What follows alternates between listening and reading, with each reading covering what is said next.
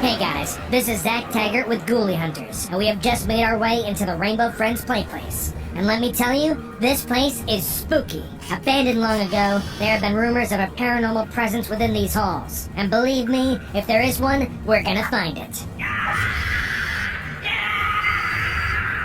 Did you guys hear that? Something is definitely here. Come on! Go on, get in there. This is gold. This is for all the suffering you caused, Red. We're sick of you and this place. We want out, and the only way out is with you out of the picture. Are you seeing this, folks? These horrible creatures seem to be sacrificing one of their own in some sort of bizarre ritual. Don't look at me, look at them. No, you'll regret this. It's over. Not quite. Look. Oh my god, they saw us! Looks like it's your unlucky day. They look tasty. What are you? What are you planning on doing with us? I'm Blue, and I'm a rainbow friend. All I want to do is tell our story. You see, we're all innocent victims of the one you just saw us destroy. We were only getting revenge. Victims? You mean you're not monsters? Not at all. We might look scary, but we were once humans, just like you. You see, it all started when we were drawn to this place through false promises, lies, and deception. As Blue talked to the camera crew, I could hardly believe what was happening. Our story was actually going to be told, and what's more, I started to think we were finally free of this place for good. If only it were that easy. Blue went on to explain then and there in front of everyone how exactly each of us was tricked into coming to this place. He talked about his phony job offer and the resulting crash and how he was dragged to the play place and turned into Blue. And then he spoke of Green, the bullies that tormented him, and eventually how Red tricked him into coming with the promise of fixing his eyesight. Next, he spoke of Purple, of his tragic upbringing, how he was jilted into one more theft, and how he paid the ultimate price for it. Lastly, he turned to me and explained to the whole world about who I used to be, reduced to the pitiful creature they see now. He even spoke of Yellow and Ducky, everything we were, everything we are now, all aired out like dirty laundry. And soon, the entire world will know the true story of the Rainbow Friends. But what happened next, I would have never guessed. We left the play place behind with the camera crew, and we did so peacefully. We were finally free of that place, for good,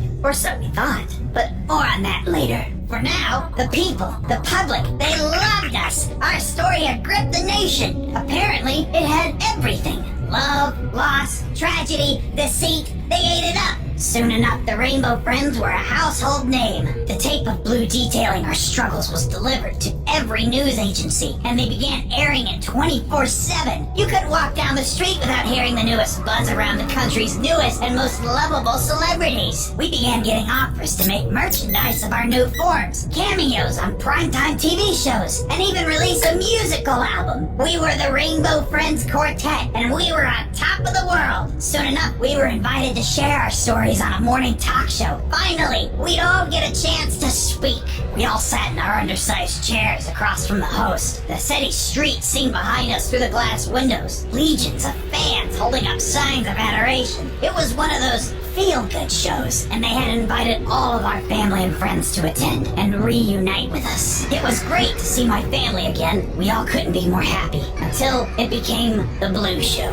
Every time the host asked a question, Blue would jump right in to answer it. The rest of us hardly got a word in. Everyone began to associate us as Blue and the Rainbow Friends, as if he was above us, or some sort of leader. Chants of, "We love you, Blue," and "You're an inspiration, Blue," were heard from the crowd. It shouldn't have bothered me, but it did. We all suffered the same as him, so why should he get all the fame and glory?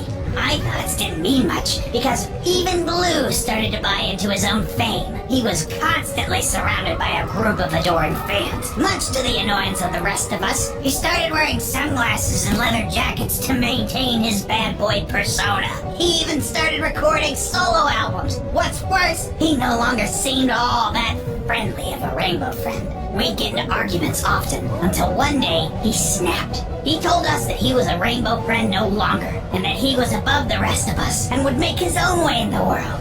Fine, I said in response, but deep down, I was heartbroken. Blue was one of us, and I just let him walk away from it all. We weren't like everybody else. We were different. Couldn't see that? Soon, demands for the Rainbow Friends started to wane. Without Blue, we were just three weird-looking guys with not much stage presence. The calls stopped rolling in, and the offers for TV appearances dried up. We were at rock bottom. Blue, on the other hand, was soaring higher than ever. He had his own sitcom launch, and even got a role in one of those big-budget superhero movies. I didn't envy the yellow spandex, but I would be lying if I said I wasn't jealous for the attention. People used to love me for my ability to eat. It was a big deal. The biggest guy in the room. Now, I'm just one of an assortment of freaks, and even then, my star was falling fast. I knew that I needed to bring Blue back into the fold for me to be in the spotlight again. So, I orchestrated a bit of a trick. I managed to convince one of the big shows that we were going to do a genuine reunion of the Rainbow Friends live on air. People love a good reunion after all. The network executives ate it up. They only had one condition. Blue had to be there. I told them that of course he'd be there. He orchestrated it. In truth, I just tricked Blue into coming under the false pretense of a big meeting for a multi-picture movie deal. When he got to the studio and saw the three of us and a large audience waiting in anticipation, he wasn't very happy.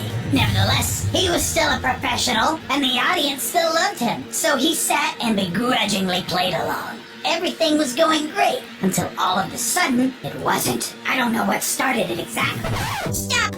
Before we watch the ending, did you know that less than 15% of you are subscribed to the channel? That's crazy!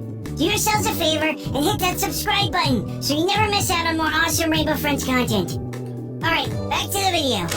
The four of us were at each other's throats. Years of pent-up frustrations with one another had built up to this, and we went at it. The resulting chaos was quite impressive, let me tell you. The audience fled amidst the destruction, and soon, word of our rampage got to every household in the nation. We were no longer the cute, lovable Rainbow Friends, but rather a dangerous, scary pack of monsters, aka what we always knew we were. Soon afterwards, now that his 50 minutes were over, Blue made up with the rest of us. He realized that the attention got to his head, and we all forgave him. After all, that's what friends do. They forgive each other. With nowhere else to go, we all came back to the one place we could comfortably call home. But when we walked through those doors, none of us were prepared for what we saw. A group of fangirls all holding up signs with our faces on them. They were cheering and smiling and just oh so happy to see us. It appeared we still had fans after all. But something inside of us had forever changed after our brief stint in the public eye. We exchanged a series of knowing looks between us and readied ourselves. Then we got right back to doing what we did best.